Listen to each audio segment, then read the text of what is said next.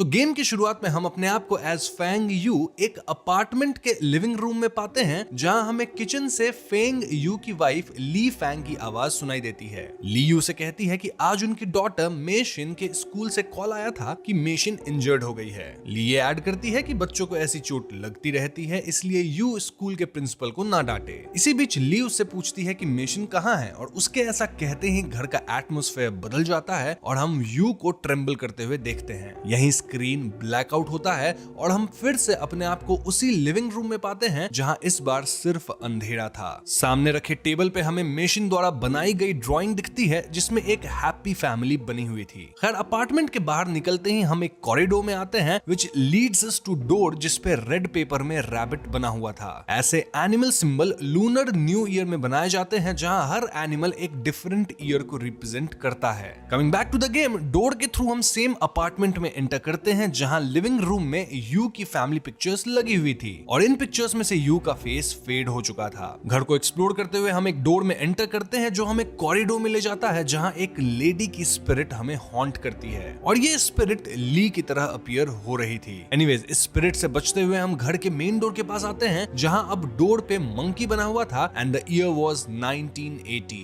This means कि अब हम यू के पास्ट के उस टाइमलाइन में हैं जब उन्होंने इस घर में मूव इन किया था। घर के अंदर हमें ली की तस्वीर मिलती है, जो तब की थी जब वो फेमस सिंगर हुआ करती थी। साथ ही हमें यहाँ यू को स्क्रीन प्ले के लिए मिले कई अवार्ड्स देखने को मिलता है। बैकग्राउंड में चल रहे रेडियो से हम समझ पाते हैं कि यू अब अपने घर से डिटैच्ड फील कर रहा है, एज इफ वो अपना पास्ट भुला चुका हो। यू जैसे जैसे इन चीजों को अपनी जगह पे रखता है, उसे पास्ट की कुछ मेमोरीज फ्लैश होती है। इसी बीच अचानक घर की लाइट्स चली जाती है और हमें टेबल पे एक लाइटर मिलता है, जिसे ली ने उसे गिफ्ट किया था। लाइटर को फ्लिक करते ही हम यू के स्टडी रूम में पहुंच जाते हैं, जहां टाइमलाइन आगे बढ़ चुकी है और अब यू पिता बन चुका है। तभी डोरबेल बजने की आवाज आती है और बाहर निकलने पे हम फिर से कॉरिडोर में आ जाते हैं। अब कॉरिडोर के आखिर में एक मेन डोर था और अब ईयर है 1986। घर के अंदर हम दो डॉल को डिफरेंट एक्टिविटी करते हुए देखते हैं, जो यू और ली को रिप्रेजेंट कर रहे थे। साथ ही हमें एक डॉल भी मिलती है, जिसे मेशिन के कमरे में प्लेस करने से फिर से यू की मेमोरीज फ्लैश होती है। नाउ मेशिन बड़ी हो चुकी है और वो अपनी माँ ली की तरह ही एक फेमस सिंगर बनना चाहती है। तभी डोर पे किसी के नॉक करने की आवाज आती है एंड अगेन हम कॉरिडोर से होते हुए मेन डोर के पास पहुंचते हैं, जहां अब बुल का साइन बना हुआ था एंड अब हम एक साल पीछे यानी 1985 में थे। दोस्तों, गेम की जो मेन स्टोरी है वो इन्हीं 3 टाइमलाइन में बेस्ड है, इसलिए हम पूरे गेम के दौरान इन टाइमलाइन के बीच ट्रैवल करते रहेंगे।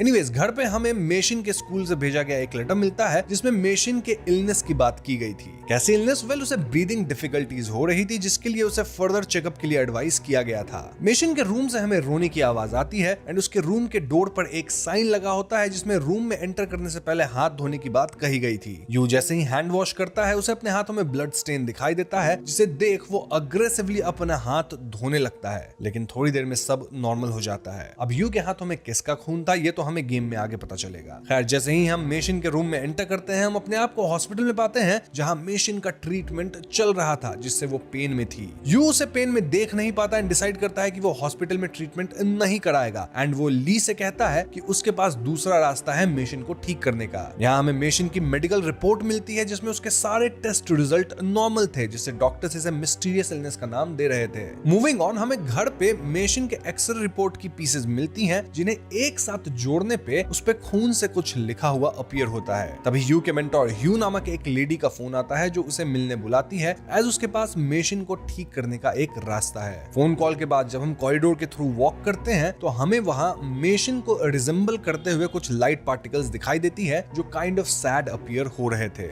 इस बार हमें मेन डोर के बाहर कई तलिस्मन लगे हुए दिखाई देते हैं, मानो किसी ने प्रे करके उन्हें वहां लगाया हो। घर के अंदर हम टीवी पे एक टैलेंट शो को टेलीकास्ट होते देखते हैं, जिसमें मेशिन भी परफॉर्म कर रही थी। तभी टीवी स्क्रीन फ्लक्चुएट होने लगता है और हमें वहां यू का फैमिली पिक्चर रिफ्लेक्ट होते हुए दिखाई देता है। इसमें मेशिन के साथ एक डीटी की स्टैचू भी अपीयर हो रही थी। इसी के साथ लिविंग रूम बाथरूम में चेंज हो जाता है, जो रेड लिक्विड से फिल होने लगता है। यहाँ ऊपर देखने पे यू को ली दिखाई देती है, जो कि उससे फिर से मेशिन के बारे में पूछती है, जिसे सुन यू डूबने लगता है। होश में आने पे वो अपने आप को कॉरिडोर में पाता है, जहाँ उसे मेशिन भागते हुए नजर आती है। मेशिन को फॉलो करते हुए हम एक डोर के पास आते हैं, जिसमें अपने पास्ट फ्रैगमेंट्स को कलेक्ट करने की बात कही गई थी फॉर फ्लॉलेस प्रेजेंट। यहाँ हमें 3 डिफरेंट डोर्स दिखाई देती हैं, जो उन्हीं 3 अलग अलग टाइमलाइन को रिप्रेजेंट कर रही थी। फर्स्ट टाइमलाइन थी 1980s की, जहाँ घर पे वेलकम वेलकम सेरेमनी सेलिब्रेट की जा रही थी और हमें यहाँ एक लेटर के द्वारा पता चलता है कि ली अपने सिंगिंग करियर से रिटायरमेंट ले ली है। खैर घर के बाहर लगे नोटिस बोर्ड के पास हमें ली नजर आती है जो यू को देख वहां से गायब हो जाती है। नोटिस बोर्ड पे हमें एक न्यूज क्लिप देखने को मिलता है जिसमें ली के अपने फैमिली के लिए एंटरटेनमेंट इंडस्ट्री को छोड़ने की न्यूज छपी थी, एज वो अब अपना सारा टाइम अपनी फैमिली को डिवोट करना चाहती है। एनीवेज इसके बाद हम जैसे ही 1985 वाले डोर से एंटर होते हैं हमें घर पे एक नोट मिलता है जिससे हमें पता चलता है कि मेशन गुस्सा है एज उसकी फैमिली वेकेशन ट्रिप कैंसिल हो गई है। ली उसे मनाने के लिए यू से कहती है कि वो उसे उसकी फेवरेट स्टोरी बुक पढ़ के सुनाए। आगे मेशन के कमरे में हमें उसके द्वारा लिखा गया ऐसे मिलता है जिसमें वो कहती है कि उसके पिता हमेशा बिजी रहते हैं और उसके साथ टाइम स्पेंड नहीं करते, इसलिए वो चाहती है कि वो जल्दी से ठीक हो जाए ताकि वो भी अपनी फैमिली के साथ बाहर जा सके और बाकी बच्चों की तरह बाहर खेल सके। मूविंग ऑन हमें दूसरे कमरे में एक और नोट मिलता है जिसमें उसी डेटी के बारे में लिखा हुआ था जिसे हमने फैमिली पिक्चर में रिफ्लेक्ट होते हुए भी देखा था। इस नोट में एक फार्मर की कहानी थी जो अपने बेटे को बचाने के लिए एक स्पिरिट सर्पेंट की हेल्प लेता है एंड वो स्पिरिट सर्पेंट अपना सैक्रिफाइस कर उस फार्मर के बेटे की जान बचाता है। ये स्टोरी आगे यू की लाइफ के लिए काफी इंपॉर्टेंस रखती है एज हम यू को भी इसी डेटी के लिए अपने आप को डिवोट करते हुए देखेंगे। कमिंग बैक टू गेम, हम लिविंग रूम में मेशन का सिरामिक डॉल देखते हैं जिसके पास मेशन का जर्नल था और उसमें लिखा था कि कैसे मेशन अपनी इलनेस की वजह से हमेशा घर के अंदर ही रहती है। इससे वो काफी सैड एंड लोनली फील करती है। इस जर्नल को पढ़ते ही हमें एक पपेट शो के द्वारा मेशन की सिचुएशन को दिखाया जाता है एंड अब वो अपने डैड के बार बार प्रॉमिस तोड़ने की वजह से उन्हें लायर बुलाती है। मेशन अब अपने इलनेस को भी लेकर स्केप्टिकल होने लगी थी और इसीलिए वो अपनी मेडिसिन घर में रखे एक्वेरियम में डाल देती है जिससे उसमें रखे फिश खत्म हो जाते हैं। मेशन का ये बिहेवियर शो करता है कि घर में बंद रहने की वजह से उसकी हालत और भी खराब होने लगी थी क्योंकि उसे लगने लगा था कि उसके पेरेंट्स जानबूझकर उसे बाहर जाने नहीं दे रहे हैं। मूविंग ऑन, हम यू को मेशन को मनाने के लिए उसकी फेवरेट स्टोरी बुक पढ़ते देखते हैं जिसमें एक फादर और डॉटर की कहानी थी जो अपने पिता के इलनेस को ठीक करने के लिए ट्यूलिप का फ्लावर प्लांट करती है। इस बुक को पढ़ते हुए हम यू और मेशन को एक साथ क्वालिटी टाइम स्पेंड करते देखते हैं एंड बुक के अंदर हमें एक पेपर से बना ट्यूलिप मिलता है जिसे दोनों साथ मिलकर बनाया करते थे। इसलिए मेशन इस बात को लेकर उदास रहती थी कि अब वो और उसके पिता पहले की तरह एक साथ समय नहीं बिताते। खैर घर के बाहर लगे नोटिस बोर्ड में हम एक न्यूज आर्टिकल लगा देखते हैं जिसमें एंजाइटी के बारे में बताया गया था और अगर हम मेशन के सिम्टम्स को नोटिस करें तो वो एंजाइटी जैसी ही अपीयर हो रही थी, जैसे कि breathing difficulties and chest tightening, जो कि 80s के दौर के लिए कॉमन डायग्नोसिस नहीं था एज सोसाइटी मेंटल हेल्थ को लेकर इतनी ओपन नहीं थी। इसलिए डॉक्टर्स भी मेशन की बीमारी का पता नहीं लगा पा रहे थे। नाउ एज वी कंटिन्यू, हम थर्ड डोर से 1986 की टाइमलाइन में एंटर करते हैं जहां अब लिविंग रूम में हम ग्वानियन डेटी की पिक्चर लगी हुई देखते हैं। दिस मींस यू अपने मेंटर ह्यू को फॉलो करते हुए इस डेटी की पूजा करने लगा है to cure Mation's illness. Anyways TV पे हम उस टैलेंट शो में मेशन की परफॉर्मेंस को देखते हैं जिसको जजेस काफी अप्रिशिएट भी करते हैं। अब इससे पहले हमें शो के विनर का पता चलता टीवी फिर से ग्लिच करने लगती है। आगे हमें मेशन के रूम से एक और ऐसे मिलता है जिसमें वो अपने मॉम की तरह सिंगर बनने की बात लिखी थी। इनफैक्ट इसके लिए वो सिंगिंग क्लासेस भी अटेंड करती थी, पर यहाँ मेशन सिंगर बनने से ज्यादा हैप्पी अपने पेरेंट्स के साथ टाइम स्पेंड करने से फील करती थी। इसलिए वो कहती है कि वो उनके खुशी के लिए बहुत फेमस सिंगर बनना चाहती है ताकि उसके पेरेंट्स खुश होकर उसके साथ टाइम स्पेंड कर सके। थ्रू आउट द गेम हम मेशन को इस बात को पॉइंट आउट करते हुए देखते हैं कि कैसे उसके पेरेंट्स हमेशा बिजी रहते हैं और उसके साथ समय नहीं बिताते और इसीलिए हमेशा घर में अकेला फील करने के कारण ही अब उसे एंजाइटी भी होने लगी है। सून हमें मेशन के पॉइंट ऑफ व्यू से ये भी दिखाया जाता है कि कैसे उसके पेरेंट्स एक दूसरे से हस्बैंड वाइफ के ट्रेडिशनल रोल्स को लेकर आर्ग्यूमेंट करते रहते हैं, जहां यू ली को वापस वर्क करने से मना करता है और उससे कहता है कि उसका काम सिर्फ घर संभालना है। यहाँ हमें यह भी पता चलता है कि इस फैमिली की फाइनेंशियल सिचुएशन में कुछ ठीक नहीं है एज अब यू के करियर में भी डाउनफॉल आने लगा है। मिशन इन्हें लड़ता देख पैनिक करती है और बेहोश हो जाती है। मींस उसके एंजाइटी के लिए उसके माता पिता भी जिम्मेदार हैं। घर के बाहर लगे नोटिस बोर्ड में भी हम इन दोनों के स्ट्रेन्ड रिलेशनशिप को लेकर न्यूज आर्टिकल देखते हैं। खैर घर के बाहर निकलने पे हमें मेशन की एक ग्लिम्प्स दिखाई देती है जहां हम उसे स्टेज पे परफॉर्म करते हुए भी पैनिक होते देखते हैं। आगे हमें कई इंस्टेंसेस से पता चलता है कि यू का उसके परिवार के साथ रिश्ता खराब हो रहा है। क्यों? क्योंकि यू के द्वारा लिखे गए स्क्रिप्ट्स रिजेक्ट होते जा रहे हैं जिससे वो अब काफी गुस्से में रहने लग गया है। मूविंग ऑन, जैसे ही हम स्टोरी बुक में मिले पेपर ट्यूलिप को प्लांट करते हैं, 1985 के टाइमलाइन वाले घर में हम ट्यूलिप के कई सारे प्लांट्स देख पाते हैं और बैकग्राउंड में एक सूदिंग म्यूजिक के साथ मेशन की आवाज सुनाई देती है जहां वो कहती है कि वो इस बात को लेकर काफी खुश है कि आज उसने अपने पिता के साथ स्टोरी बुक पढ़ी। इनफैक्ट उसने बहुत सारे पेपर ट्यूलिप भी बनाए। यहाँ हमें यू के लिखे स्क्रिप्ट्स मिलते हैं जिसमें वो कहता है कि उसके बच्चे के लिए वो रद्दी स्क्रिप्ट के पेजेस जिसे बाकी दुनिया ने रिजेक्ट कर दिया है वो कितने वैल्यूएबल हैं, एज वो उन पेजेस से ट्यूलिप बनाकर काफी खुश है। इसी के साथ हमें फर्स्ट पीस ऑफ फ्रैगमेंट मिलता है जिसमें एक मैन कार्व्ड था। ये फ्रैगमेंट यू की मेशिन के साथ बनाए गए कुछ हैमी मोमेंट्स थे जहां मेशिन बहुत खुश हुआ करती थी, जिससे उसकी कंडीशन में भी सुधार आने लगा था। एज वी मूव ऑन, घर के बाहर हमें एक लेटर मिलता है जिसे यू ने स्कूल के डीन के लिए लिखा था, जहां मेशिन के स्कूल से एब्सेंट होने का रीजन उसके अपकमिंग सिंगिंग कंपटीशन को बताया गया था। अब मेशिन के माता पिता नहीं चाहते थे कि घर से बाहर निकलने की वजह से उसकी तबीयत खराब हो, क्योंकि तबीयत खराब होने से उसकी परफॉर्मेंस पे असर पड़ सकता है। ये लेटर हमें बताता है कि मेशिन के जो पेरेंट्स थे वो उसे स्टार बनाने को लेकर इतना ऑब्सेस्ड हो गए थे कि वो बस चाहते थे कि मेशिन सिर्फ अपने कंप्लीशन पे ध्यान दे और उसे बाहर के वर्ल्ड से कोई डिस्ट्रैक्शन ना हो। इसीलिए वो मेशिन को भी ज्यादा घर से बाहर निकलने नहीं देते थे एंड वो बस स्कूल और सिंगिंग क्लासेस जाया करती थी।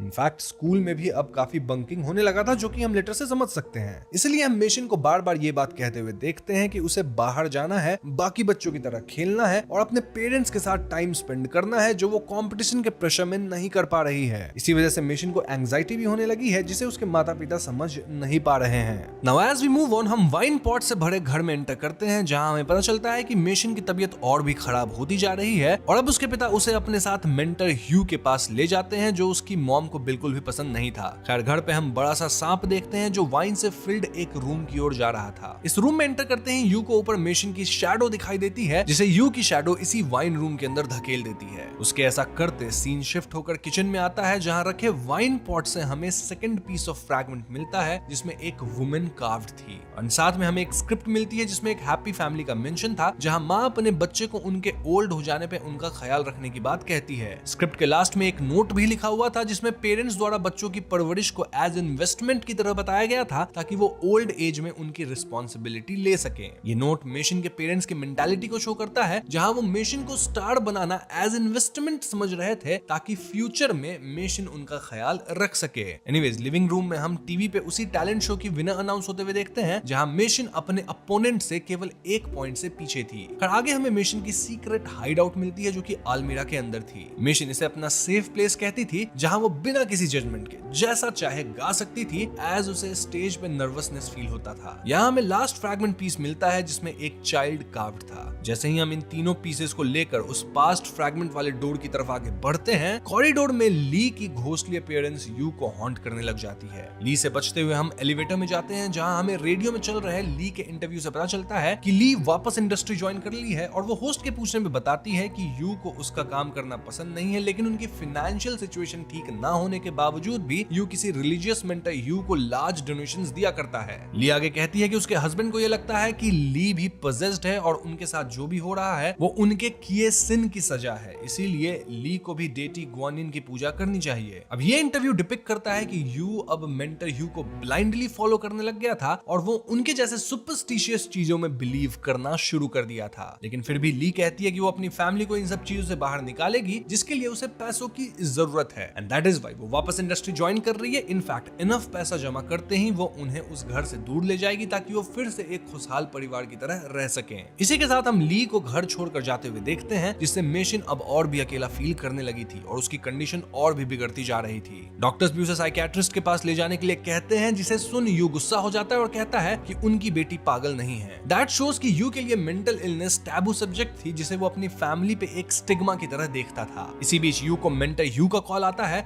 और वो उसे मेशिन को अपने पास लाने कहती हैं, एज वो मेशिन को ग्वानिन के गाइडेंस से ठीक कर देंगी। यू ऐसा ही करता है और हम उसे मेंटर ह्यू के साथ एक रिचुअल में पार्टिसिपेट करते हुए देखते हैं, जहां यू ब्लाइंड फोल्ड होकर स्पिरिट वर्ल्ड में एंटर कर वहां फंसी मेशिन की स्पिरिट को आजाद करेगा, जिससे मेशिन पूरी तरह ठीक हो जाएगी। यू को हम स्पिरिट वर्ल्ड के अंदर जाते हुए देखते हैं, जो हेल को रिजेंबल कर रही थी, एज हम वहां कई स्पिरिट्स को अपने सिन के लिए पनिश होते हुए देखते हैं। थोड़ी देर बाद उसे मेशिन की स्पिरिट दिखाई देती है, जिसे आजाद करने के लिए मेंटर ह्यू उसे अपने टंग, आई और ब्लड को सैक्रिफाइस करने कहती है। तो सैक्रिफाइस देते ही मेशिन की सोल आजाद हो जाती है और रिचुअल खत्म होने पे हमें एक नोट मिलता है, जिसमें रिचुअल से रिलेटेड आगे के स्टेप्स इंस्ट्रक्ट किए गए थे। इस नोट में एक कंटेनर को वाइन और स्पिरिट सर्पेंट से फिल करने कहा गया था, एंड जिस पर रिचुअल परफॉर्म किया जा रहा है उसे उस कंटेनर में तब तक के लिए अकेला छोड़ना था जब तक वो ठीक ना हो जाए। ये रिचुअल उसी फार्मर वाली स्टोरी से मिलती जुलती है, जहां स्पिरिट सर्पेंट अपना सैक्रिफाइस करके फार्मर के बेटे की जान बचाई थी। खैर हमें यहाँ एक टेप कैसेट भी मिलता है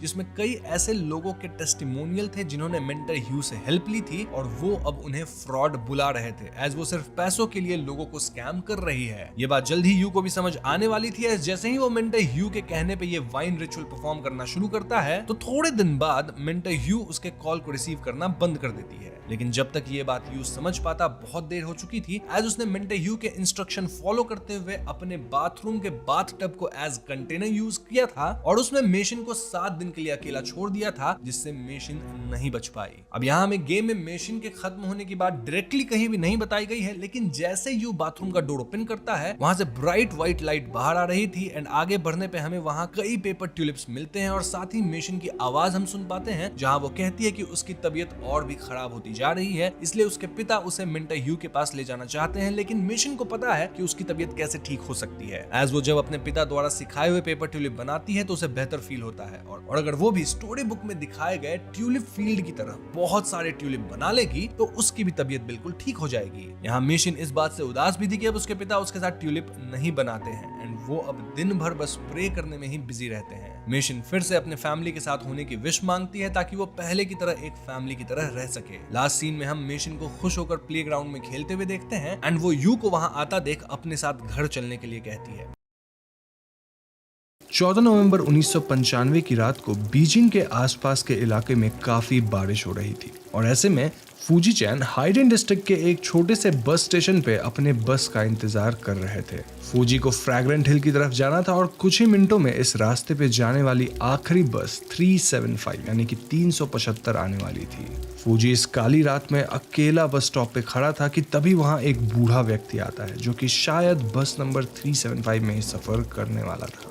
ये दोनों बस का इंतजार करने लगते हैं और धीरे धीरे तूफान बढ़ता जा रहा था। थोड़ी देर बाद उन्हें दूर से बस आती दिखाई पड़ती है और बस के आते ही ये दोनों बस में चढ़ जाते हैं।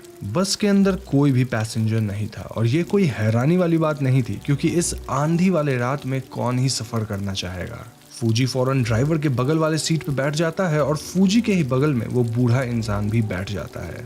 बाहर तूफान और भी बढ़ चुका था और अब हालात ये थी कि सड़क पे पानी भरना शुरू हो गया था। थोड़ी दूर बढ़ने पे इन्हें अपने रास्ते में इतना ज्यादा पानी दिखता है मानो इस इलाके में बाढ़ आ गया हो। ऐसे में ड्राइवर बस को रोकता है और वो दोनों यात्रियों से कहता है कि रास्ते में काफी पानी भर चुका है तो हमें दूसरा रास्ता लेना होगा। लेकिन मैं कोई दूसरे रास्ते से सफर नहीं करना चाहता, पता नहीं वो कितना सुरक्षित होगा। चाचा, इस रास्ते से गए तो पूरी बस ही बह जाएगी। जिंदा रहना चाहते हो या नहीं?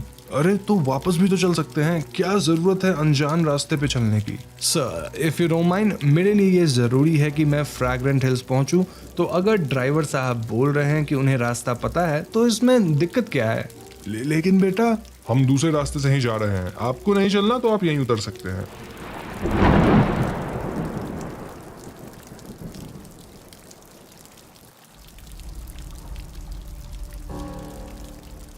अब इस काली रात के उस सुनसान इलाके में वो बूढ़ा इंसान कहाँ ही जाता, इसीलिए वो भी उस अनजान रास्ते पे सफर करने के लिए तैयार हो जाता है। ये अनजान रास्ता बिल्कुल सुनसान था और दोनों तरफ दूर दूर तक सिर्फ खेत ही खेत। अभी भी बारिश बनी हुई थी और पूरे रास्ते में यात्री सिर्फ उतनी ही दूर तक देख पा रहे थे जितनी दूर बस की लाइटें पहुंच पा रही थी। धीरे धीरे बारिश धीमी होने लग गई और ऐसे में दोनों यात्री खिड़की वगैरह खोल लिए। बस के अंदर अब हल्की ठंडी हवा आ रही थी जिससे अंदर का माहौल काफी बेहतर हो गया था। इस मीठी खुशबू वाले हवा के कारण फूजी की आंख लग जाती है और उसे सोता देख बूढ़े अंकल भी सो जाते हैं। अब इन्हें देखकर ड्राइवर की भी आंख भारी होने लग गई थी, लेकिन बस का कंडक्टर ड्राइवर को एक कहानी सुनाने लगता है ताकि वो बस चलाते वक्त सो न जाए। ये कहानी चाइना के एक मशहूर फोकलोर का था जिसे जोंग कुई नाम से जाना जाता है और ये कहानी कुछ ऐसी थी। तो कई सालों पहले जोंग कुई नाम का एक आदमी हुआ करता था जिसकी आंखें काफी बाहर तक निकली हुई थी। साथ ही उसके चेहरे पे भी बहुत घना और काला दाढ़ी था जिस वजह से वो काफी डरावना दिखता था। गांव के लोग उसे बहुत बदसूरत मानते थे और शायद यही वजह थी कि उसके ज्यादा दोस्त वगैरह नहीं थे। जोंग हमेशा अकेला ही रहता था और उसने ठान लिया था कि वो इतनी पढ़ाई करेगा कि लोग उसके चेहरे को देखने के बजाय उसके ज्ञानी होने के बारे में बात करेंगे। ऐसा ही कुछ हो भी रहा था क्योंकि जोंग हमेशा एक टॉपर रहा, साथ ही वो अपने एकेडमिक करियर में बहुत आगे तक गया। उसे ज्वांगवाइन का राइटफुल टाइटल मिला जिसका अर्थ होता है टॉप स्कोरर, और जल्द ही ये बात वहां के राजा तक पहुंच गई। लेकिन जब राजा को पता चला कि जोंग दिखने में बिल्कुल अच्छा नहीं है तो उससे जोंगविंग का टाइटल छीन लिया गया। इस घटना से जोंग को बहुत बड़ा धक्का लगा और अब उसे अपनी पूरी जिंदगी व्यर्थ लगने लग गई थी। इसीलिए वो राजा के महल के बाहर दरवाजे पे अपना सर पटक पटक कर खुद को मार लिया। मरने के बाद जोंग के आत्मा को यमराज न्याय देने आए और उन्होंने देखा कि जोंग के अंदर काफी ज्ञान था, साथ ही उसके अंदर ढेर सारी योग्यताएं थी। फिर भी किसी भी इंसान ने जीते जी उसकी कदर नहीं की। इसलिए उसकी काबिलियत से प्रसन्न होकर यमा ने जोंग के आत्मा को हेल के डीमन वगैरह का इंचार्ज बना दिया, और इस तरह से जोंग को एक नया टाइटल मिला जो कि था किंग ऑफ घोस्ट्स। तो फिर कहानी में आगे क्या हुआ? आगे कुछ नहीं, कहानी खत्म। ये कैसी कहानी थी? मतलब जोंग अब पृथ्वी पे लोगों से बदला लेने आएगा या नहीं? उस राजा का क्या जिसने जोंग को जलील किया? जोंग उससे अपना बदला ले पाएगा या नहीं? ये सब मुझे नहीं पता, कहानी में बस इतना ही था। और ध्यान से बस चलाओ भाई, देखो आगे कुछ पैसेंजर्स खड़े हैं। इस पॉइंट पे बस का ड्राइवर वापस अपना ध्यान सड़क पे लगाता है और वाकई कुछ ही दूर पे 3 यात्री खड़े थे। अब बस का ड्राइवर तो इन यात्रियों को पिक नहीं करने वाला था, लेकिन कंडक्टर का कहना था कि रात बहुत हो गई और ऐसे में इन तीनों को शायद कोई गाड़ी ना मिले, तो हमें इन्हें बस में जगह देनी चाहिए। ऐसे भी बस तो खाली ही चल रही है। ड्राइवर कंडक्टर की बात मान लेता है और उन 3 यात्रियों को बस में बिठा लेता है। अब तक फूजी और ओल्ड मैन की नींद भी खुल गई थी और वो लोग बस में इन 3 नए यात्रियों को देखते हैं जिनकी वेशभूषा थोड़ी अजीब सी थी।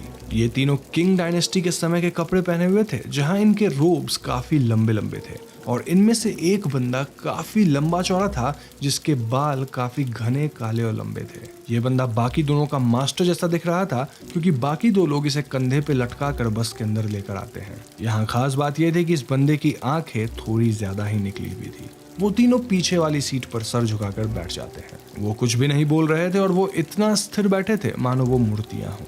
बूढ़ा इंसान इन तीनों को घूरे जा रहा था और वो इस बात से परेशान हो रहा था कि आखिर इन तीनों के चेहरे एकदम उजले क्यों हैं। कंडक्टर इस बूढ़े इंसान को शांत कराते हुए कहता है कि चाचा किसी नाटक कंपनी से होंगे, इसलिए मुंह पे पेंट लगाया है। देखो इनके कपड़े भी किसी ड्रामा कंपनी जैसे लग रहे हैं। खैर बस रास्ते पे आगे बढ़ती रहती और अब तक मौसम भी साफ हो चुका था। बस के अंदर चांद की रोशनी भर चुकी थी और ठंडी हवा में फूजी को बड़ा आनंद आ रहा था। तभी अचानक वो बूढ़ा आदमी फूजी की तरफ मुड़कर उससे कुछ ऐसा कहता है, तुमने मुझसे अभी क्या कहा? फूजी घबरा कर देखता है और वो कहता है, मैंने तो कुछ नहीं कहा, मैं तो खिड़की से बाहर देख रहा था। तुमने जो बात मुझसे कही है वो मैंने साफ साफ सुन लिया है। हिम्मत है तो वापस वही बात जोर से कहो। चाचा मैंने कुछ कहा ही नहीं, आपके कान बज रहे होंगे। अच्छा तो मैं झूठ बोल रहा हूँ? तुम जवान लोग अपने आप को समझते क्या हो?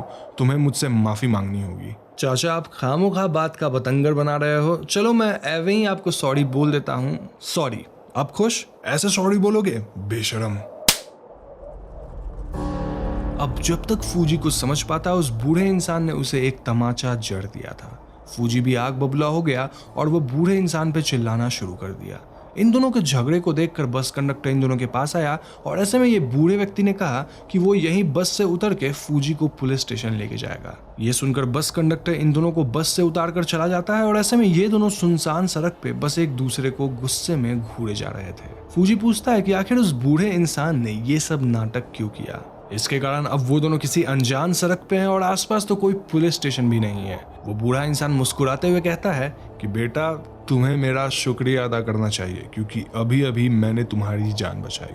फूजी पूछता है इसका क्या मतलब है, जिसके जवाब में वो बूढ़ा इंसान कहता है कि क्या तुमने उन 3 यात्रियों को ध्यान से देखा जो कि पिछली सीट पे बैठे थे? उनका चेहरा वाइट था जो कि हो सकता है पेंट हो, लेकिन हवा के चलने से उनके रोब उड़ने लगे और तब मैंने ध्यान दिया कि उनमें से किसी के भी पैर नहीं थे। इसका मतलब ये है कि वो लोग और कोई नहीं बल्कि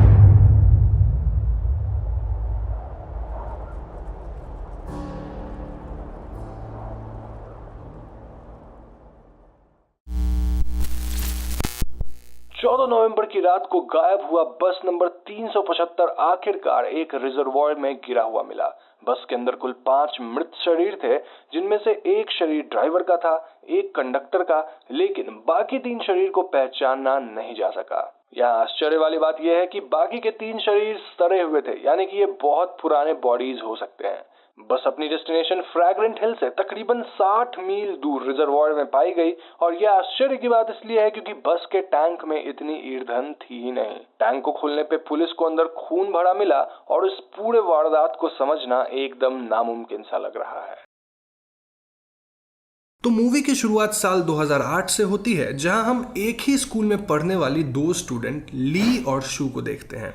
ली एक इंट्रोवर्ट थी और उसके दोस्त वगैरह भी नहीं थे, लेकिन शू उससे दोस्ती कर लेती है, जिसके बाद वो दोनों एक ब्रिज के नीचे अक्सर एक साथ टाइम स्पेंड किया करते थे। नेक्स्ट सीन में हमें दिखाया जाता है कि एक लड़की आत्महत्या कर लेती है, लेकिन वो कौन थी ये बात हमें बताई नहीं जाती। इसके बाद कहानी 10 साल आगे बढ़ जाती है, जहां हम एक ब्राइड को देखते हैं जो आत्महत्या करते वक्त कह रही थी कि वो ये करना नहीं चाहती है, एंड उसे देखकर ऐसा लग रहा था एज इफ कोई उससे फोर्सफुली आत्महत्या करवा रहा हो। इसके बाद स्क्रीन पर ताइवानीज में लिखा हुआ आता है कि यदि कोई इंसान रोप की हेल्प से फांसी लगाकर खुद को मार लेता है तो उस रोप पर एक कर्स लग जाता है, जो कि समय के साथ स्ट्रॉन्ग एंड डेंजरस होता चला जाता है। चाइना के कुछ हिस्सों में इस कर्स को खत्म करने के लिए एक रिचुअल किया जाता है, जिसमें कर्स्ड रोप को डिस्ट्रॉय किया जाता है, एंड इस रिचुअल को द रोप रिचुअल के नाम से जाना जाता है। तो इसके बाद हम जिया और ग्वाई नाम के 2 कैरेक्टर्स को देखते हैं, जो कि द रोप रिचुअल को लाइव स्ट्रीम करने वाले थे ऑन देयर यूट्यूब चैनल। ये रिचुअल जिया की गर्लफ्रेंड शू के विलेज में होने वाला था, और ग्वाई के अंकल एक शमन मास्टर थे जो कि इस रिचुअल को परफॉर्म करने वाले थे।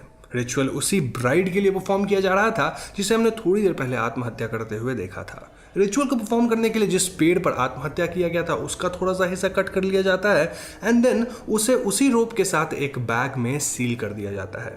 जिस विलेज में ये रिचुअल परफॉर्म किया जा रहा था, वहाँ के सभी लोगों ने अपने आप को अपने अपने घर के अंदर बंद कर लिया था, क्योंकि ऐसा बिलीव किया जाता था कि इस रिचुअल को देखना अनलकी है, क्योंकि अगर घोस्ट ने उनमें से किसी को भी देख लिया तो वो कर्स उनके पीछे लग जाएगा। तो गांव वाले घर में बैठे बोर हो रहे थे और वो रिचुअल के खत्म होने का इंतजार कर। Anyways, coming back to the video, जब रिचुअल परफॉर्म किया जा रहा था तभी रास्ते में एक गड्ढा आ जाता है और ग्वाई के हाथ से वो बैग गिरकर खुल जाता है। ऐसे में बैग के अंदर से वो रोप और वुड ग्राउंड पे गिर जाते हैं, लेकिन ग्वाई उन्हें बैग में वापस डालकर रिचुअल की लोकेशन पे ले जाता है। अब एज एन ऑडियंस हम यहाँ देखते हैं कि वो रोप उस बैग से निकल चुका था, जिस पर किसी का भी ध्यान नहीं गया था। रिचुअल कंप्लीट होने के बाद उस बैग को ले जाकर समुद्र में फेंक दिया जाता है, ताकि वो बैग किसी को ना मिले और किसी को भी कर्स ना लगे।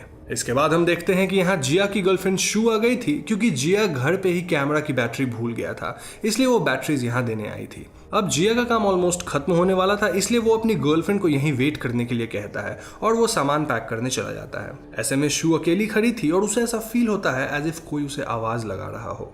शू उस आवाज की तरफ जाने ही वाली थी कि तभी जिया यहाँ आ जाता है और वो शू को घर चलने के लिए कहता है। दूसरी तरफ हम ग्वाई को देखते हैं, जो यी नाम की एंकर से बात कर रहा होता है और वो कहाँ तक पहुंची है ये उससे पूछ रहा था। यी को उन्होंने लाइव स्ट्रीम की एंकरिंग करने के लिए बुलाया था, लेकिन वो काफी लेट हो गई थी। ग्वाई अपना सामान समेटकर यहाँ से जाने लगता है, पर तभी वो फ्लोर पर गिरे हुए उस रोप को नोटिस करता है और उसे उठा लेता है। यहाँ एज एन ऑडियंस हम देखते हैं कि आसपास लाइट फ्लिकर होना स्टार्ट कर देती है और तभी यहाँ यी आ जाती है।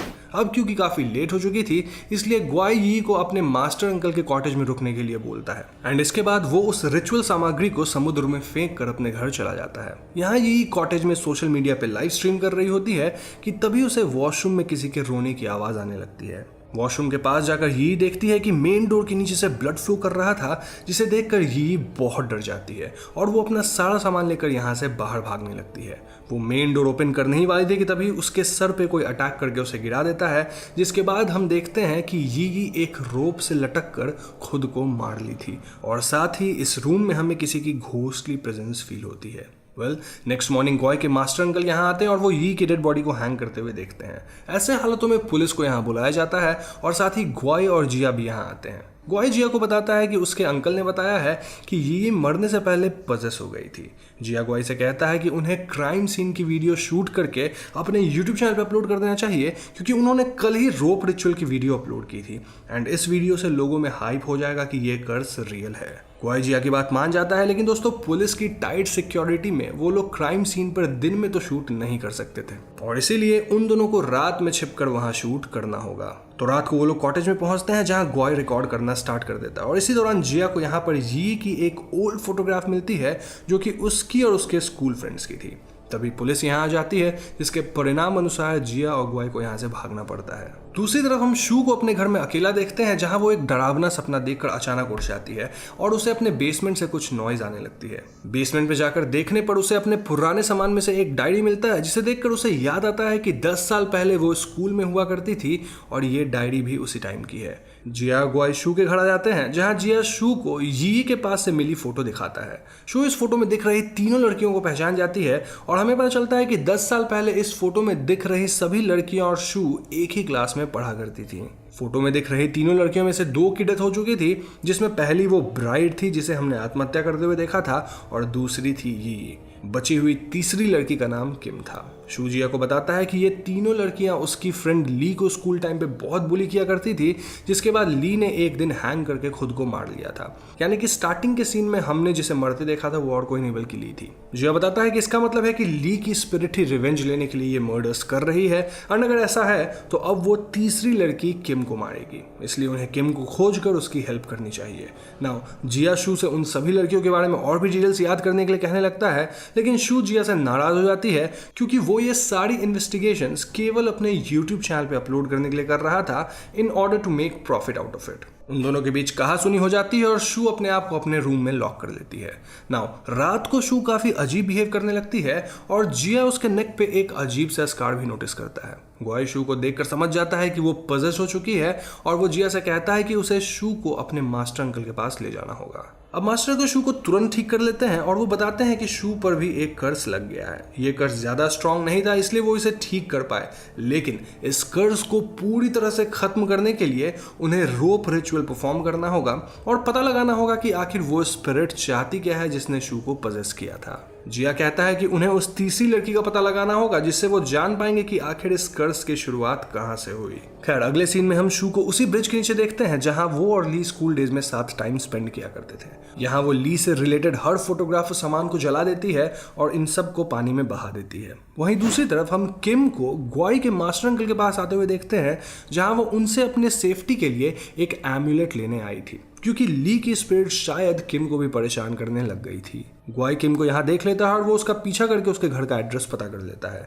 यहाँ किम के घर में हम देखते हैं कि वो अपनी मदर के साथ अकेली रहा करती थी और उसकी मदर इतनी बीमार थी कि वो चल फिर भी नहीं सकती थी। इसी बीच हम जिया को शू के यहाँ देखते हैं जहाँ जिया शू को किम के घर चलने के लिए कहता है, लेकिन शू अपना और जिया का सामान पैक कर रही थी क्योंकि उसे जिया के साथ कुछ टाइम के लिए दूर सिटी में जाकर रहना था। बट जिया शू को समझाता है कि ली की स्पिरिट अपने क्लासमेट्स को एक एक करके मार रही है और हो सकता है कि उसका अगला टारगेट शू भी हो, इसलिए हमें किम को बचाना होगा और उससे इन्फॉर्मेशन निकालनी होगी। नेक्स्ट सीन में हम किम को देखते हैं जो अपने घर में कुछ काम कर रही थी और तभी उसे ऊपर वाले फ्लोर से कुछ आवाजें सुनाई देने लगती है। यहाँ आकर वो देखती है कि उसकी मदर, जो कि ठीक से चल भी नहीं सकती थी, वो अचानक ही व्हील चेयर से उठकर उस पर हमला कर देती हैं और उसको चोक करने लगती हैं। अपने आप को बचाने के लिए किम उनके हेड पर जोर से अटैक करती है और इसी वजह से उसकी मदर की डेथ हो जाती है। कुछ ही टाइम बाद ग्वाई, जिया और शू यहाँ पहुंच जाते हैं, जिसके बाद यहाँ एम्बुलेंस और पुलिस दोनों आती है। इस पूरे इंसिडेंट से किम बहुत ज्यादा शॉक्ड हो चुकी थी, जिस वजह से वो कुछ भी नहीं बोल पा रही थी और इसीलिए जिया और शू को अब उससे किसी तरह का आंसर नहीं मिल सकता था। नेक्स्ट सीन में हम जिया और ग्वाई को मास्टर अंकल के साथ उसी स्कूल में देखते हैं जहां शू की दोस्त ली ने 10 साल पहले खुद को मार डाला था। जिस रोप से ली ने यह किया था उसका कुछ हिस्सा अभी भी सीलिंग पर लटक रहा था, इसीलिए इतने सालों में वो कर्स और भी ज्यादा स्ट्रांग होता गया। उन लोगों के पास ज्यादा टाइम नहीं था, इसलिए मास्टर अंकल रात को ही रिचुअल परफॉर्म करके उस कर्स को तोड़ने की तैयारी करने लगते हैं। वहीं दूसरी तरफ किम के घर में एक पुलिस ऑफिसर को छोड़ा गया था टू कीप हर सेफ, लेकिन रात में जब किम सो रही थी तभी ली की स्पिरिट उसे यहां से ले जाकर जान से मार डालती है। दूसरी तरफ रिचुअल की तैयारी हो रही थी और शू एंड जिया घर चले जाते हैं, जहां शू अपना गिटार उठाकर एक सॉन्ग प्ले करने लगती है जो कि ली और शू ने अपने स्कूल टाइम पर लिखा था।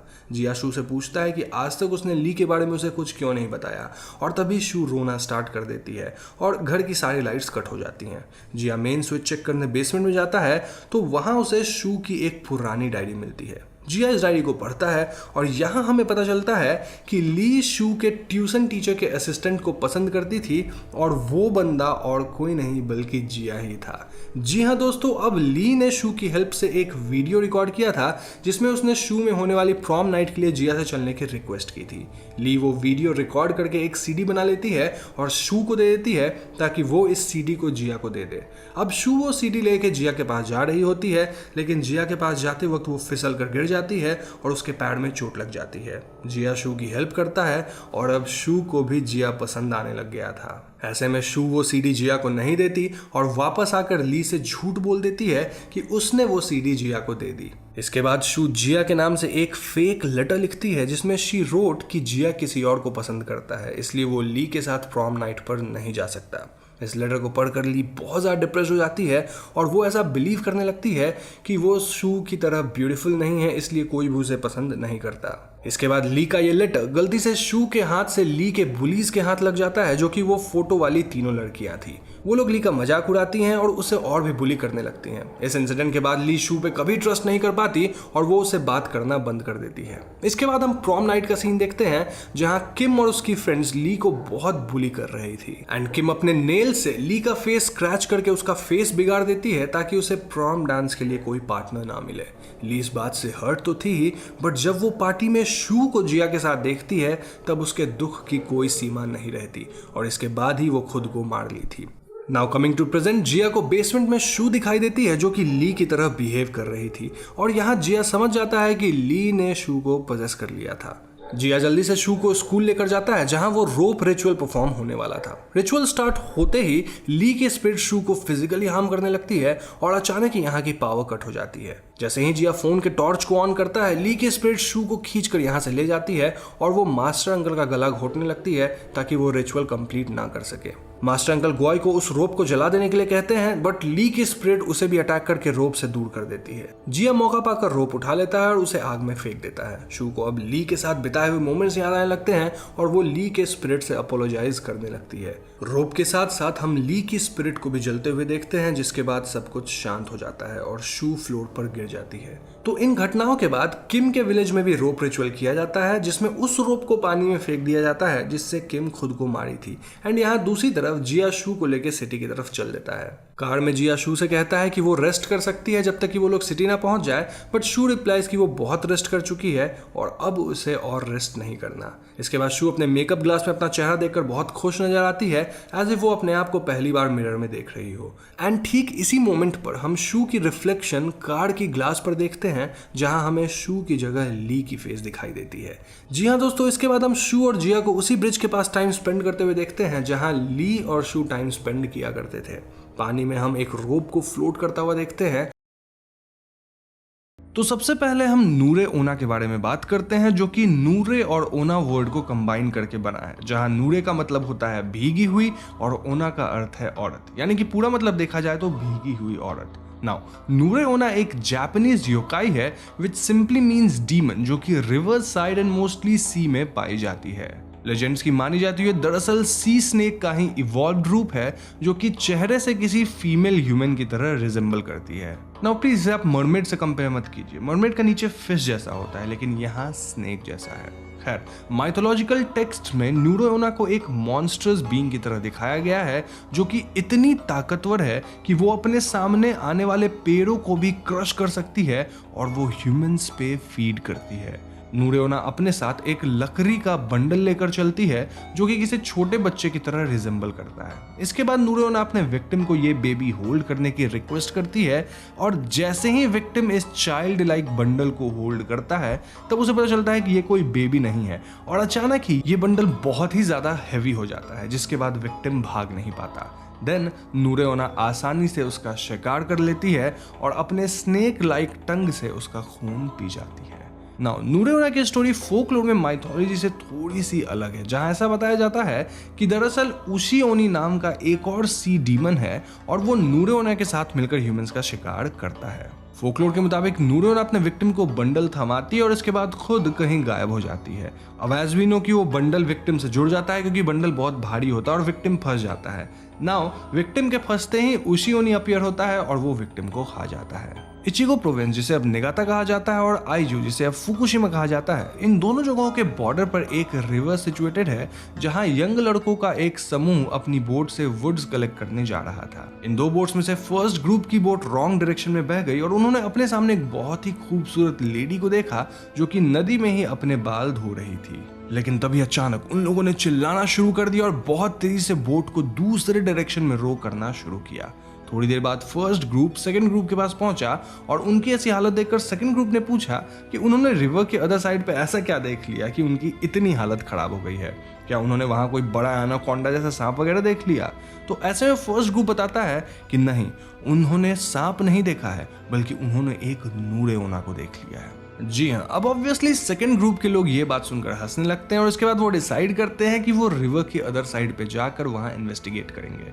फर्स्ट ग्रुप वाले लोग कहते रहते हैं कि मत जाओ यार, उधर मत जाओ, लेकिन सेकंड ग्रुप वाले नहीं मानते और थोड़ी देर बाद वो वहां चले जाते हैं। नाउ सेकंड ग्रुप के जाने के ठीक बाद फर्स्ट ग्रुप वालों को उनकी चीखें सुनाई देती है और उसके बाद सेकंड ग्रुप वाले वहां से कभी वापस आते ही नहीं। एट दिस पॉइंट हम समझ सकते हैं कि उनका शिकार नूरेओना नहीं किया होगा। ऐसा कहा जाता है कि नूरेओना की पूंछ लगभग 327 मीटर लंबी है और एक बार उसके पास जाने के बाद उसके घेरे से निकलना नामुमकिन है। तो हो सकता है नूरेओना ने अपने पूंछ से ही उन सेकंड ग्रुप वाले मेंबर्स को पकड़ लिया होगा एंड देन उनका दम घोट दिया होगा। नाउ ये सब सुनकर आप सोच रहे होंगे कि भाई नूरेओना तो बहुत खतरनाक है, इससे बचा कैसे जाए?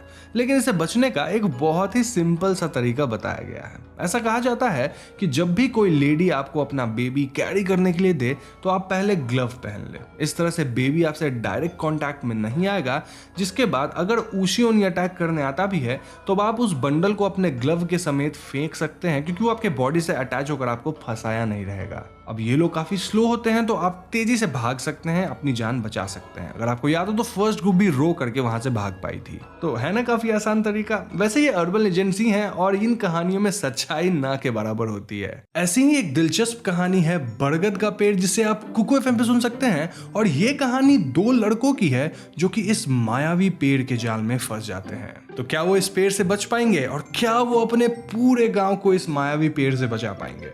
वेल, ये सब जानने के लिए आपको कुकू एफएम पे बरगद का पेड़ कहानी सुनना पड़ेगा। देखो, कुकू एफएम इंडिया का लीडिंग ऑडियो शो प्लेटफॉर्म है जहां 4500 से भी ज्यादा किताबें अवेलेबल है जिसे आप कहीं भी और कभी भी सुन सकते हैं। ये ऑडियो बुक्स आपको रीजनल लैंग्वेजेस में मिल जाएगी क्योंकि obviously Kuku FM made in India app है। कुकू एफएम पे आपको बुक समरीज मिल जाएंगी, स्टोरीज मिल जाएगी और यहाँ ना मैं कुकू एफएम से बात करके आप सभी के लिए एक स्पेशल डील लेके आया हूँ। देखो, आपको क्या करना है, आपको बस मेरा कोड HAUNTT50 यानी कि HAUNT50 यूज करना है, जिससे आपको ईयरली सब्सक्रिप्शन जो कि 399 का होता है वो सिर्फ 199 में मिल जाएगा। देखा जाए तो 50% ऑफ। लेकिन ये ऑफर सिर्फ और सिर्फ पहले 250 यूजर्स के लिए ही एप्लीकेबल है। तो लिंक डिस्क्रिप्शन और कमेंट में पिन्ड है, जाओ जल्दी से, पहला लिंक जो दिखे डिस्क्रिप्शन या पिन कमेंट में उस पर क्लिक करो, कुकू एफएम को डाउनलोड करो, वहां मेरा कोड HAUNTT50 यानी कि HAUNT50 यूज करना और 399 का ईयरली सब्सक्रिप्शन सिर्फ 199 में पाओ। तो रुके क्यों हो, जाओ और सुनो ऑडियो बुक्स को। Happy listening.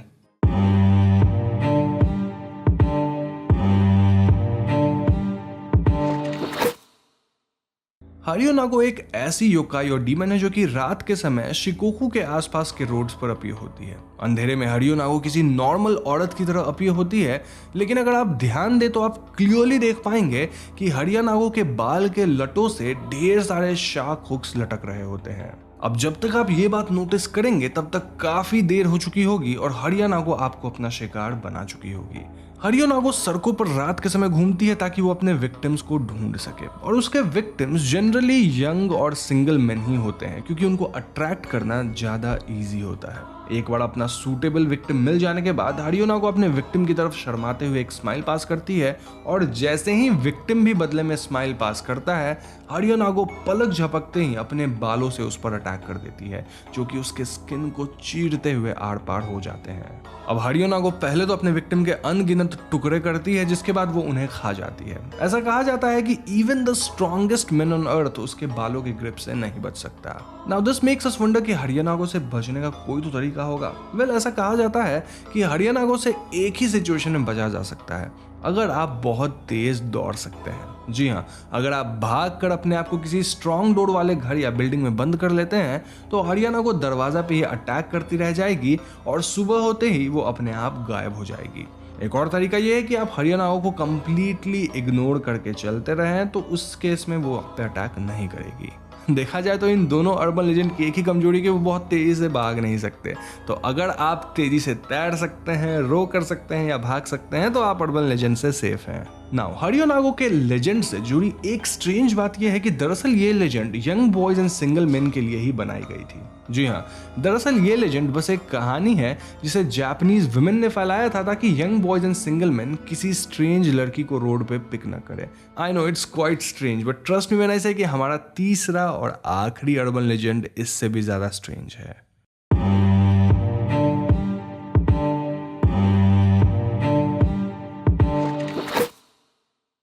अकामांतो एक मेल स्पिरिट या घोस्ट है जो कि पब्लिक एंड स्कूल वॉशरूम्स को हॉन्ट करता है, स्पेसिफिकली फीमेल वॉशरूम्स को। ऐसा कहा जाता है कि अकामांतो वॉशरूम्स की लास्ट स्टॉल को ऑक्यूपाई करता है और जैसे ही कोई लेडी या कोई पर्सन स्टॉल में एंटर करता है अकामांतो उसके सामने अपीयर होता है और उससे पूछता है कि वो इंसान रेड रॉक यानी लाल पत्थर को चुनेगा या फिर ब्लू रॉक यानी ब्लू पत्थर को चुनेगा। अब कई वर्जन्स में ये चॉइस अलग होते हैं, जैसे कहीं पे पत्थर की जगह लाल केप एंड ब्लू केप होता है, कहीं लाल क्लोक एंड ब्लू क्लोक होता है।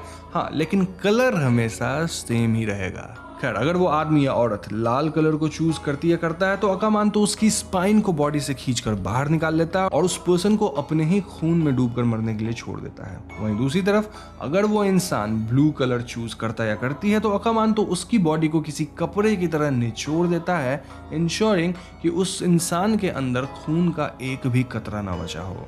अब अगर कोई इंसान अकामांतो के सामने ओवर स्मार्टनेस दिखाते हुए रेड या ब्लू के अलावा किसी और कलर की रिक्वेस्ट करता है तो उसे अंडरवर्ल्ड की गहराइयों में फेंक दिया जाएगा जहां उसे एंडलेस टाइम तक सफर करना पड़ेगा। स्पेसिफिकली अगर कोई अकामांतो से येलो कलर की डिमांड करता है तो अकामांतो उस पर्सन को कमोड में ही डुबाकर मार देगा।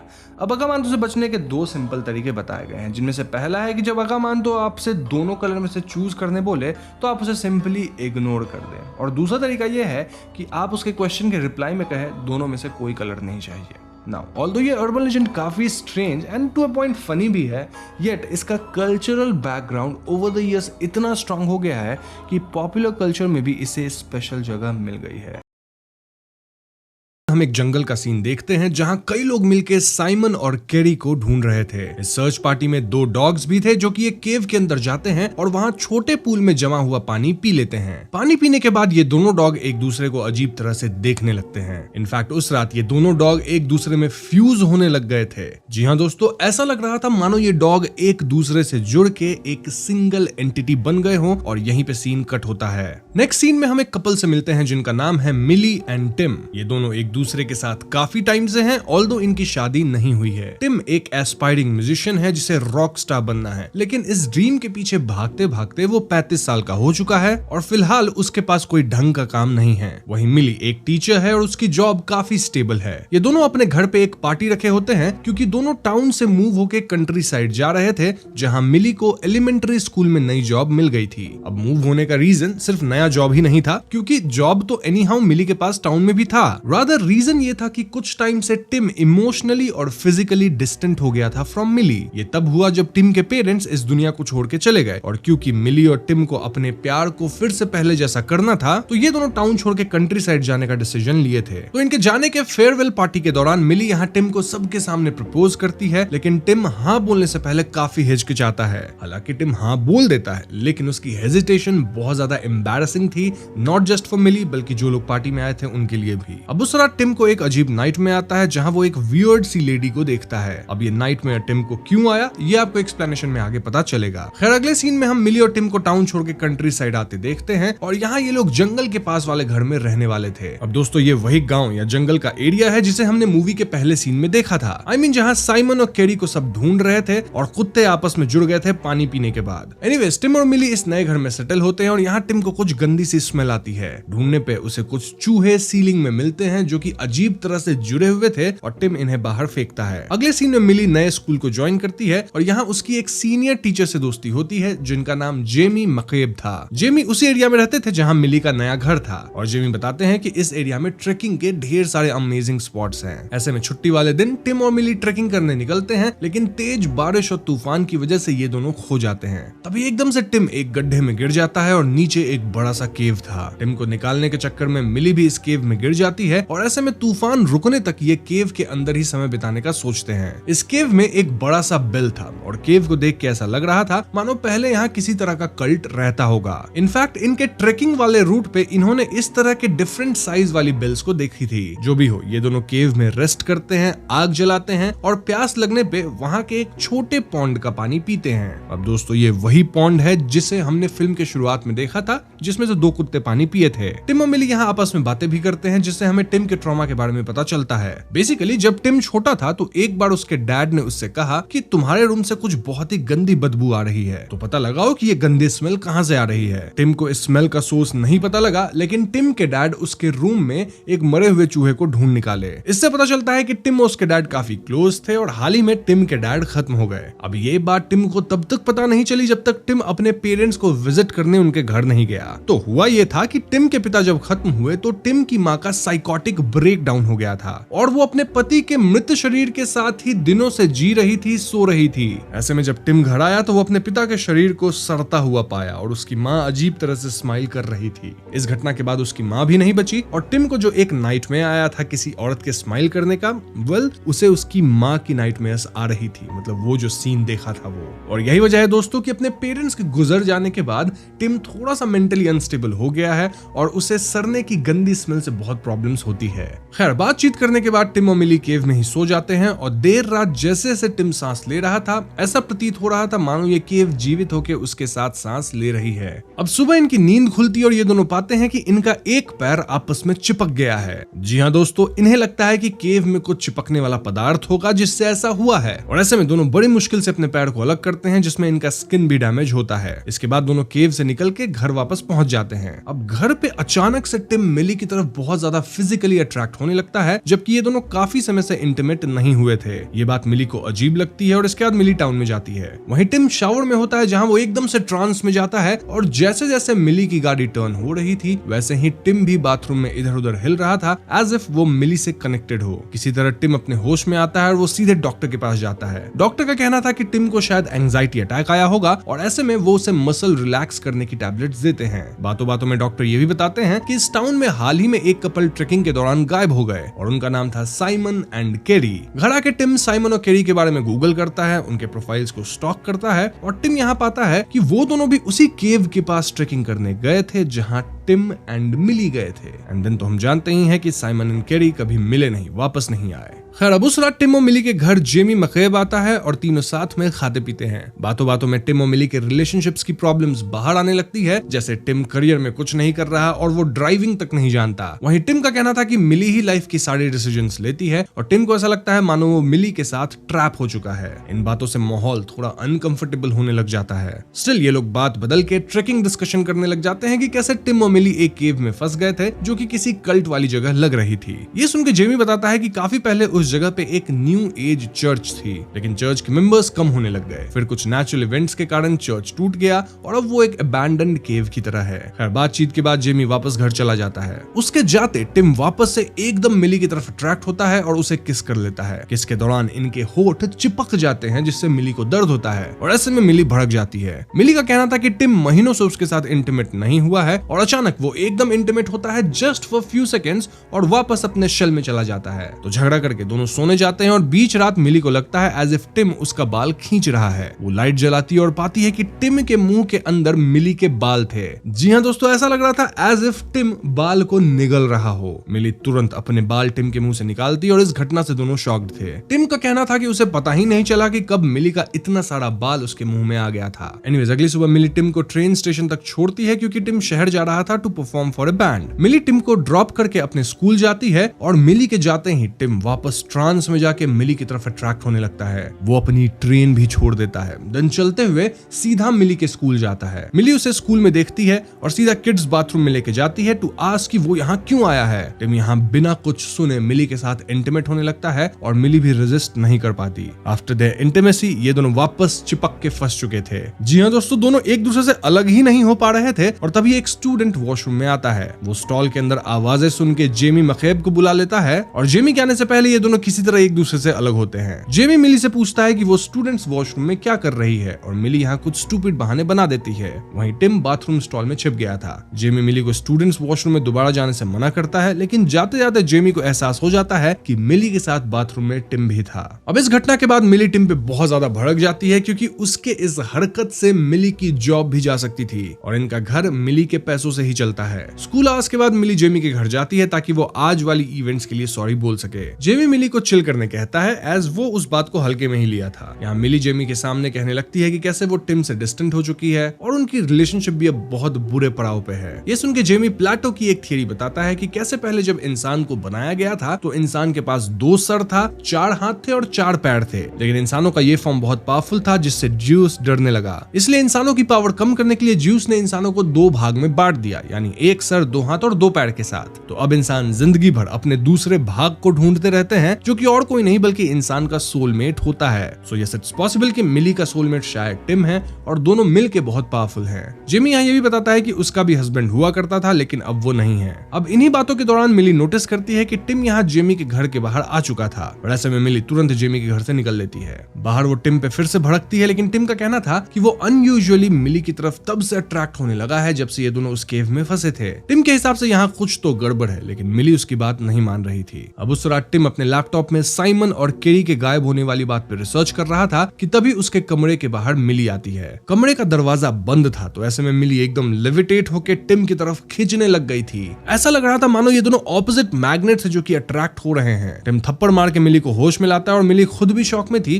कि उसके साथ क्या हो रहा था। इतना सब के बावजूद मिली मानने को तैयार नहीं थी कि यहाँ कुछ तो सुपरनैचुरल है। हम व्यूअर्स तो ये तक नोटिस करते हैं कि मिली का बहा हुआ खून भी टिम की तरफ अट्रैक्ट हो रहा था। अब उस रात दोनों अलग अलग कमरे में सोते हैं, लेकिन बीच रात दोनों अपने आप खिंचते हुए एक दूसरे की तरफ आने लगते हैं। ये दोनों अपने आप को रोकने की बहुत कोशिश करते हैं, लेकिन दोनों खींचे ही चले जा रहे थे। एक पॉइंट पे दोनों एक दूसरे से टच हो जाते हैं और इनका हाथ एक होने लग जाता है, मतलब एक दूसरे के अंदर हाथ समा रहा था। जी हाँ दोस्तों, दोनों का हाथ मिलते हुए पूरा शरीर ही एक होने लग गया था और इनके शरीर के अंदर हलचल भी हो रही थी। ऐसे में टिम और मिली तुरंत मसल रिलैक्स करने वाले टैबलेट्स खाते हैं जिससे इनका मसल रिलैक्स होता है और ऐसे में दोनों थोड़ा सा अलग हो पाते हैं। इस पॉइंट पे दोनों बेहोश हो जाते हैं और जब टिम को होश आता है तो वो पाता है कि मिली एक सॉ लेकर इनके चिपके हुए हाथ को अलग करने वाली थी। मिली सॉ की मदद से इनके चिपके हुए हाथ को अलग करती है और इन्हें समझ आ जाता है कि फिलहाल तो मसल रिलैक्सेंट का असर इनके शरीर पे है, लेकिन जैसे ही दवा का असर कम होगा दोनों फिर से चिपकने लग जाएंगे। ऐसे में मिली डिसाइड करती है कि वो उन्हें हॉस्पिटल ले जाएगी, लेकिन फिर वो रियलाइज करती है कि उसकी कार की कीज जेमी के घर पे ही रह गई हैं। ऐसे में मिली जेमी के घर की तरफ जाती है और वो टिम को यहीं रुकने कहती है। टिम प्रॉमिस करता है कि वो यहीं पे वेट करेगा, लेकिन मिली के जाते वो वापस केव की तरफ जाता है ताकि वो अपने एंड पे इस सुपरनैचुरल चीज की छानबीन कर सके। अब केव के अंदर टिम यहाँ साइमन और केरी को पाता है, लेकिन इनका शरीर एक दूसरे के साथ अजीब भद्दे वे में चिपक गया था, यानी दोनों एक हो गए थे लेकिन बहुत ही अजीब मॉन्स्टर जैसे दिख रहे थे इन अ वेरी बैड वे। ये देख के टिम डरता है और यहाँ अजीब सा क्रीचर टिम से मदद मांग रहा था। साइमन के गले में एक चाकू भी लगा हुआ था और इसी की मदद से टिम खुद को डिफेंड करता है और केव से बाहर भागता है। इस सीन से हम समझ गए कि साइमन और केरी भी ट्रेकिंग करते हुए इसी केव में आए होंगे, पानी पिए होंगे और चिपक गए होंगे। दूसरी तरफ मिली जेमी के घर जाती है और इस बार वो जेमी के घर पे वही बिल नोटिस करती है जो कि वो केव में देखी थी। जेमी का घर खाली था और यहाँ टीवी पे जेमी की वेडिंग वाली टेप चल रही थी। इस वेडिंग में 2 आदमी थे जिनकी शादी हो रही थी और ये दोनों थोड़ा बहुत जेमी जैसे दिख रहे थे, लेकिन इनमें से कोई भी जेमी नहीं था। देन टेप में आगे एक रिचुअल होता है जिसके तहत ये दोनों आदमी केव के अंदर वाले पॉन्ड का पानी पीते हैं। देन दोनों अपने हाथ को कट करके टच करते हैं और दोनों फ्यूज होने लगते हैं।